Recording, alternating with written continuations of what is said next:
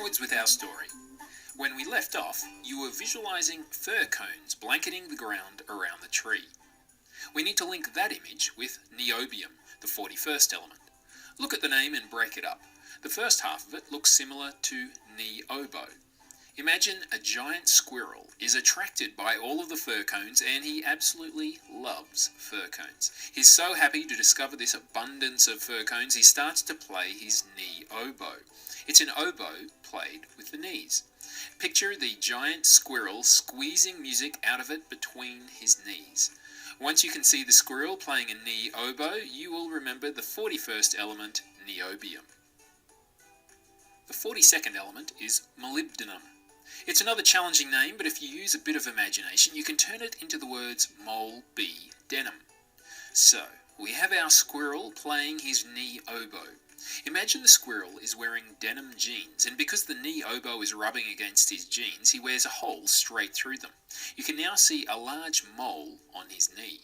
Suddenly a bee flies down and stings him on the mole. We have a mole, a bee, and denim. You have a few bits to visualise there. The knee oboe has worn a hole in the squirrel's denim jeans, and a bee stings him on the mole on his knee. Mole, bee, denim. Again, it's a bit of a stretch and it's a bit ridiculous, but if you create a really strong visual image, you'll remember it for sure. Mole, bee, denim reminds you of the 42nd element, molybdenum. The 43rd element is technetium. This name will be associated with technet, or technical net. Imagine the squirrel is very angry at the bee which stung him on the knee. The squirrel chases after the bee with his technical net. His technet is like a butterfly net with flashing lights on it. Maybe it's even remote controlled. It's a very technical net. Technet will help you recall the 43rd element, technetium. The 44th element is ruthenium. If you look at that word, the first part of it can be broken into rut hen. Imagine the squirrel is chasing the bee with a technical net and he suddenly trips on a rut, or a small ditch. A rut is a small ditch or hole. The squirrel trips on the rut and falls and lands on a hen. The hen is naturally very surprised and quite upset. Imagine the squirrel running and tripping on the rut and falling onto a hen. Picture first the rut and then the hen, and you'll remember the 44th element, ruthenium. Next is rhodium, the 45th element. Rhodium sounds similar to rodeo, or rodeo, depending on your pronunciation. Visualize the startled and surprised hen leaping up and jumping around. The squirrel is clinging onto the back of the hen for dear life. The hen is bucking around, trying to get the squirrel off its back like a rodeo. We're not talking about a cowboy on a bull, we're talking about a squirrel on a hen.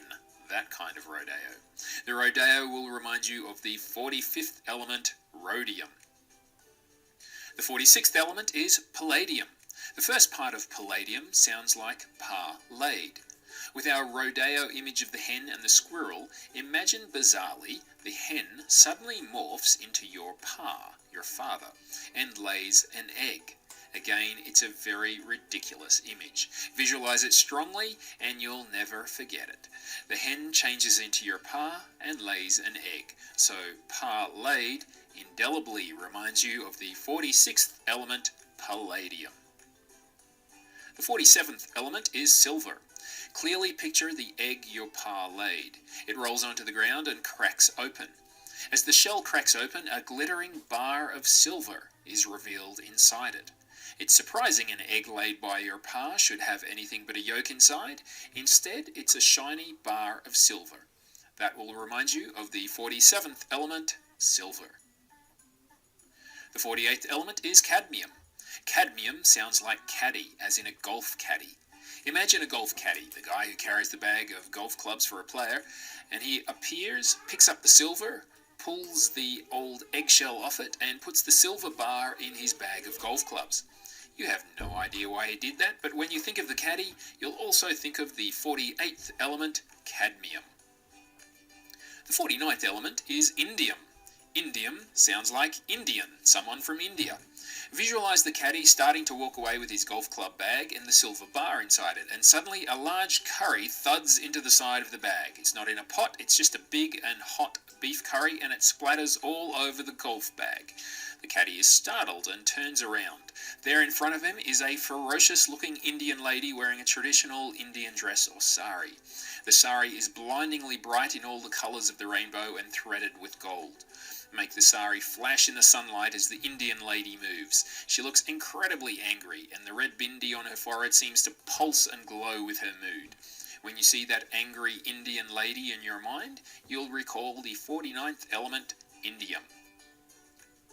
The 50th element is tin.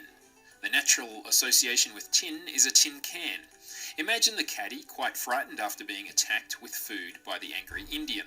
In retaliation, he throws a tin can of food at the Indian. Visualize the scared caddy as he pulls out a can of spaghetti, and in his fear he hurls the tin can at the Indian. When you think of that flying tin can, think of the 50th element, tin. And now you've memorized the elements up to 50. Let's revise to make sure all those weird images are securely in your mind. Niobium. We had the thousands of fir cones lying around on the ground which were discovered by a giant squirrel. In the squirrel's joy, he starts to play his knee oboe. He squeezes music out of the oboe with his knees. Knee oboe gives niobium.